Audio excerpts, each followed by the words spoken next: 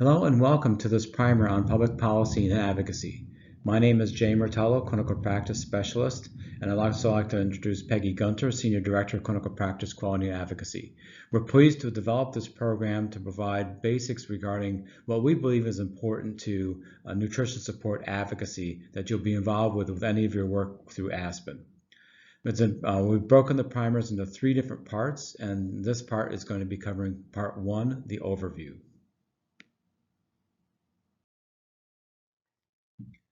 As a way of introduction in this overview, it's important to recognize why ASPEN has been so interested in advocacy over the years.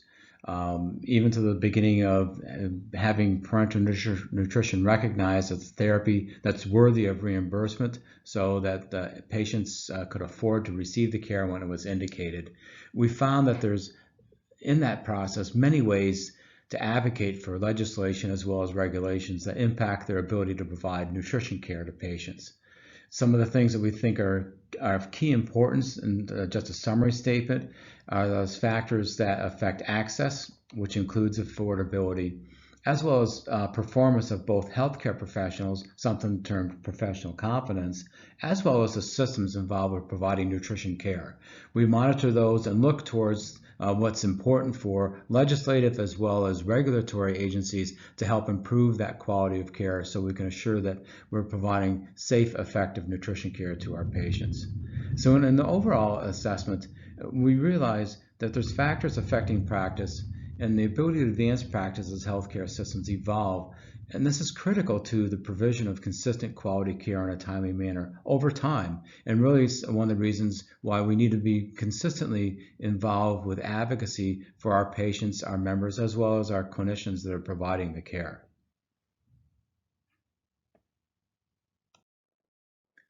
So to complete the introduction and overview, this series of presentations will provide this part, which is the overview of advocacy and public policy. Part 2, a discussion of ASPEN's public policy agenda and current legislative priorities. And Part 3, tools that hopefully you will be able to use to initiate and formalize your plan for nutrition support advocacy. So let's start with Part 1, overview of advocacy and public policy. Our objective is to help and to define advocacy as well as public policy, and also provide details on the major constituents or stakeholders that are involved in the process.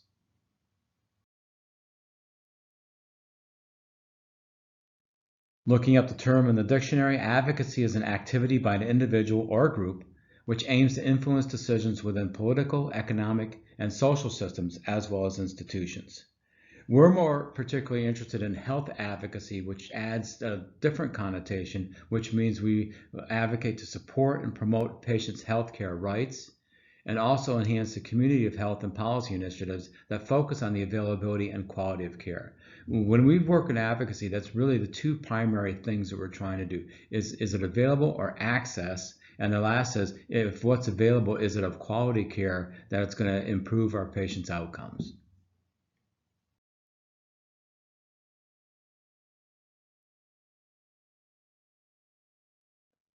Public policy is the principled guide to action taken by the administrative executive branches of the state regarding a class of issues in a manner consistent with law and institutional customs. Really, we're talking about a system of courses of action, regulatory measures, laws, and funding priorities concerning a given topic promulgated by a governmental entity or its representatives. So basically here, policy means guides or actions.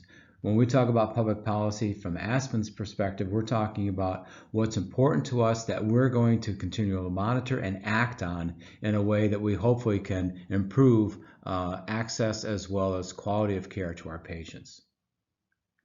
When we talk about law, law compels or prohibits behavior, so it's what we do or we don't do based on what's recommended from that law. The public policy constituents or stakeholders are listed on this slide. We really broke it down into the legislative branch, congressional members of either the House or the Senate, their committees and staff, executive branch, which includes the presidential agencies and bureaucrats, the judicial branch, including the courts, and then the rest of us, which are the public, are otherwise known as grassroots efforts, groups, which could be ASPEN, and lobbyists or coalitions that use lobbyists to help advocate for areas of interest that's common to us. We also work in the state level, and particularly with legislatures. If you want to see how a bill is formed and what processes it goes through, we'll provide this link to you that you can go on YouTube and watch the cartoon that walks you through the development of a bill.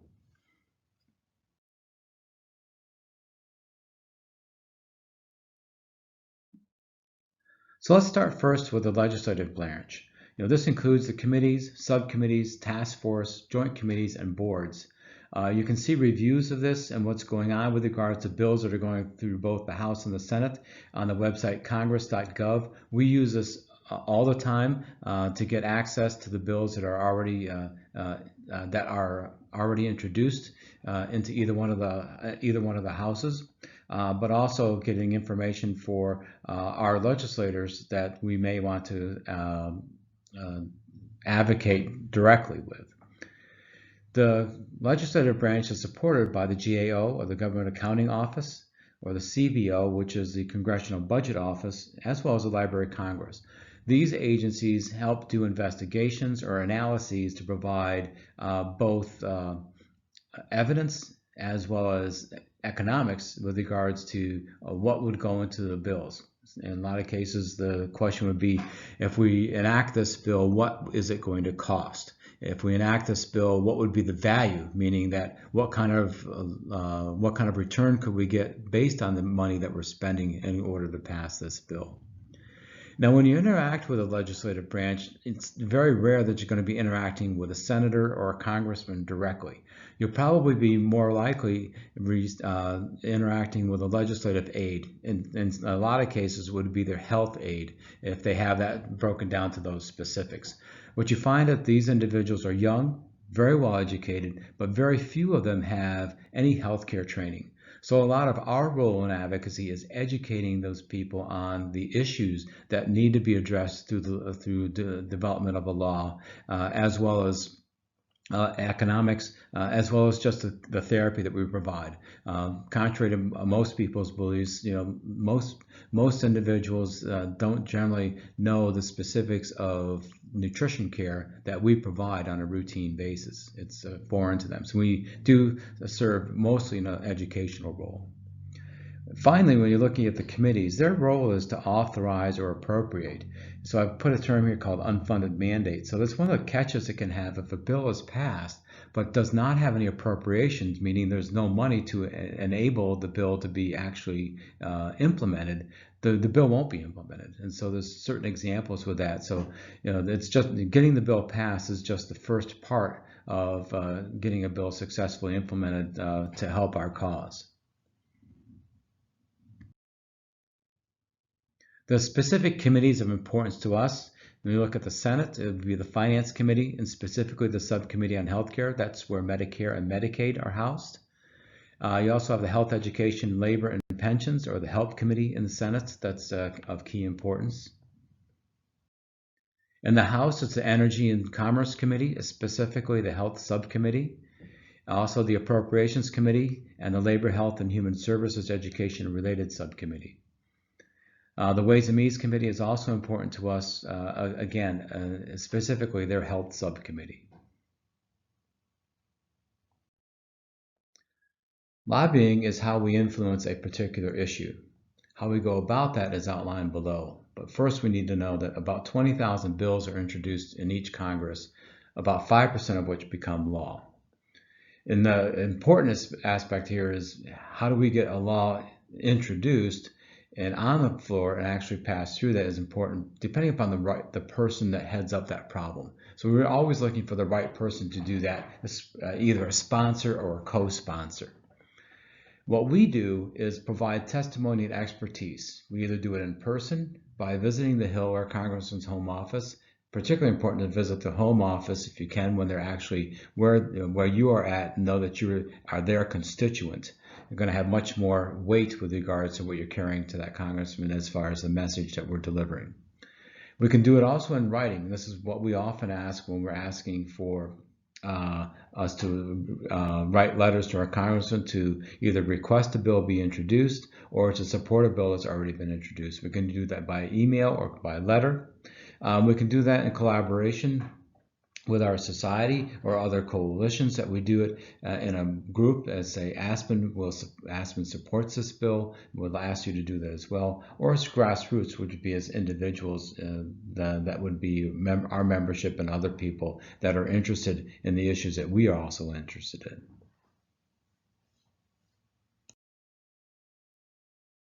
The next group of stakeholders is the executive branch. This includes the White House and the executive office. Here we have cabinet departments, independent agencies, advisory committees, boards, councils, and of course the president, vice president, and their staffs. The area that's probably of key importance to us is the Health and Human Services, which includes Social Security, NIH, CMS, which is the Centers for Medicare Services, FDA, the Agency for Healthcare Research and Quality, Public Health Service, and the CDC.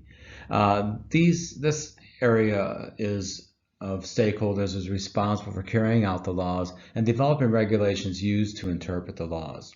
They do this, but will always publish those in the Federal Register first. And the kinds of things you'll see in that we'll have the ability to comment on are letters to the agency on agency guidance, proposed rules, or final rules. It'll also tell you the dates when things will be implemented, but give you criteria for how to write commentaries for any revisions or adjustments you would like to see related to specific areas that you're interested in or trying to advocate for.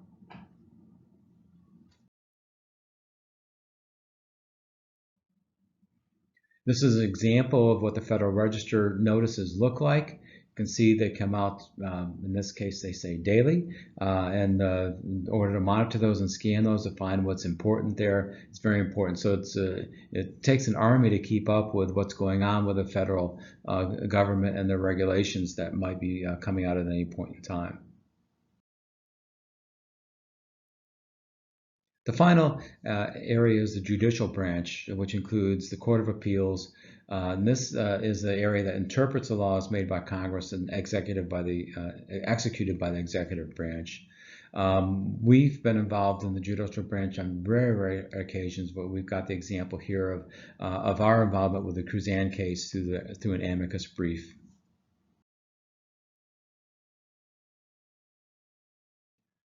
The last public policy constituent is you or us. Just recognizing that not most clinicians or patients, for a matter, are really trained in public policy or what to do when things are important to them. And that's one of the reasons why we've created this primer. We want you to be involved with it. We believe advocacy is one of the key things we can do to help our practice as well as our patients. So it's a learned behavior, something that you have to do pretty much on your own. It's not included in professional training. What we'll do in this public policy is we'll be the ones that will volunteer to educate the players that write the laws and regulations under which we live. It's so critically important because that's how we make a difference to our patients. And when you talk about public policy, you can have the whole world in favor of something, but until you have that conversation with the right person at the right time that can make an impact on that, your advocacy efforts are for naught. So we spend a lot of time and effort in advocacy of knowing the strategy, the content, getting together our thoughts and comments with relationship to what's important to getting things moved along through this advocacy process, so that when that moment comes with that individual, we'll be prepared with a well thought out recommendation or educational point to make to that person of why a bill needs to be initiated or why a bill needs to be passed at that point in time. And hopefully that person we're talking to as a stakeholder within the advocacy part will be able to make a difference to get that bill moved through.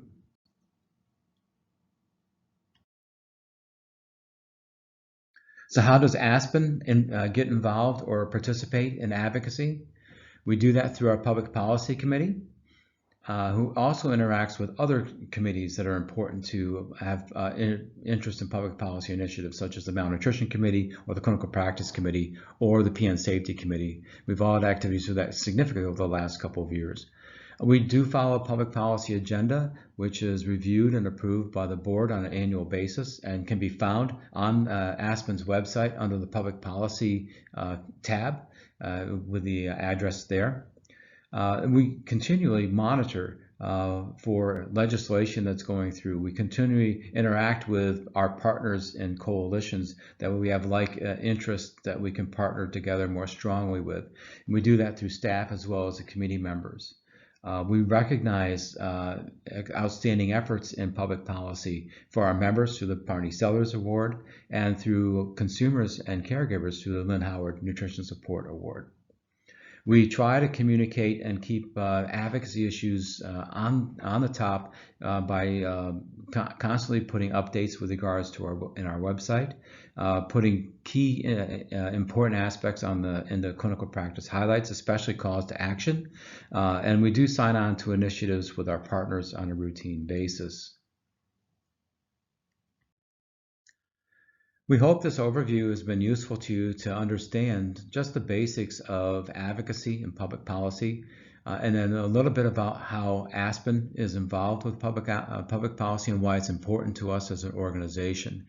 We hope you will join us for part 2, which is going to be more specifically related to ASPEN's public policy agenda as well as their strategic initiatives.